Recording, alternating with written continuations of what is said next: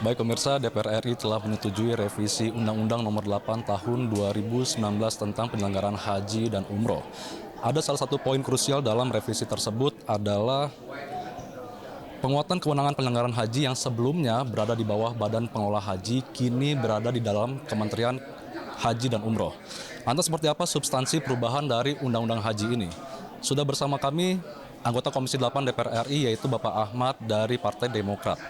Baik Pak, apa saja yang bisa disampaikan kepada masyarakat nih Pak terkait perubahan Undang-Undang Haji ini Pak? Nah, sudah menyetujui perubahan untuk ketiga kalinya Undang-Undang 8 2019, di mana salah satu prinsip utamanya perubahan undang itu adalah yang tadinya pengelolaan haji ini di bawah Kementerian Agama, sekarang dibentuk kementerian baru, yaitu namanya Kementerian Urusan Haji dan Umroh.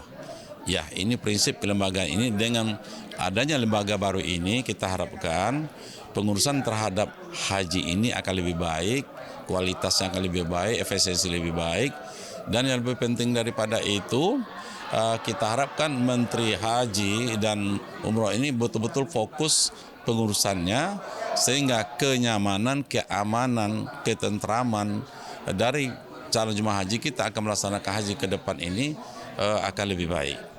Kemudian juga dari segi istitaah, dari segi kemampuan kemampuan untuk membayar finansialnya juga di sini diatur, ada setoran awal, ada setoran angsuran, dan ada setoran final pelunasan. Nah, sehingga dengan undang-undang ini diberi keleluasan masyarakat kita, begitu dia mendaftar itu bisa mencicil sepanjang tahun sampai dia berangkat, dengan maksud apabila sudah berangkat nanti mungkin tidak ada lagi masalah finansial. Kalau pengalaman kita selama ini, dia store 25 juta kemudian 15 tahun kemudian berangkat, pas berangkat keuangan nggak ada. Nah, sehingga terpaksa digantikan atau digeser calon jemaah. Nah, ini kita hindari, ini bisa ansur sepanjang tahun. Iya Pak, dengan peningkatan status nih Pak, Badan Haji menjadi Kementerian Haji dan Umroh. Apa diyakini bisa meningkatkan kualitas pelayanan haji Indonesia nih Pak? Ya, karena salah satu fokusnya adalah urusan haji dan umroh. Jadi kita harapkan nanti melalui institusi ini juga di daerah ada kanwil nanti. Kanwil haji dan umroh. Di kabupaten juga ada nanti kantor Kementerian Haji dan Umroh, bahkan sampai di kecamatan. Nah, dengan adanya struktur kelembagaan ini sampai dari pusat, provinsi, kabupaten, bahkan sampai kecamatan, kita harapkan ini akan lebih pelayanannya lebih baik, lebih masif, karena terstruktur dia, karena tupoksinya tidak banyak, hanya ngurus haji dan umroh, ya kan. Sedangkan masalah finansialnya, masalah keuangannya itu diurus oleh BPKH. Jadi kita juga sedang merevisi Undang-Undang BPKH, disejalankan dengan revisi Undang-Undang 8/19. Nah, terkait dengan nanti masalah keuangan ini setoran apa tetap ke Kementerian Haji nantinya. Kementerian Haji nanti yang mengapakan ke BPKH sebagai bendahara pengurusan haji. Nah, ini kita antisipasi supaya pelayanan itu lebih baik lagi, jajaran Kementerian Urusan Haji ini sampai provinsi, kabupaten, kota, bahkan sampai ke kecamatan. Baik Pak, terakhir dari mengenai masalah kuota haji reguler dan khusus, apakah ada perubahan peraturan ya Pak? Ya, sini dapat ditegaskan. Ada salah satu pasal mengatakan bahwa haji reguler itu 92%. Haji khusus itu 8%.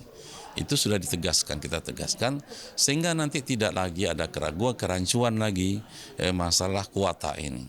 Jadi dengan pembagian 92% itu, 8% untuk khusus, kalau ada penambahan kuota nanti dari dari Kerajaan Saudi, tetap pembagian seperti itu. Nah, sehingga tidak terambilkan reguler ini seperti yang kejadian tahun 2025 yang lalu. Artinya jatah dari reguler itu 20.000 langsung di switch ke haji khusus. Nah, di dalam kalau ada penambahan kuota nantinya, itu harus bersama-sama antara DPR RI dengan Kementerian Urusan Haji dan Umroh menetapkannya.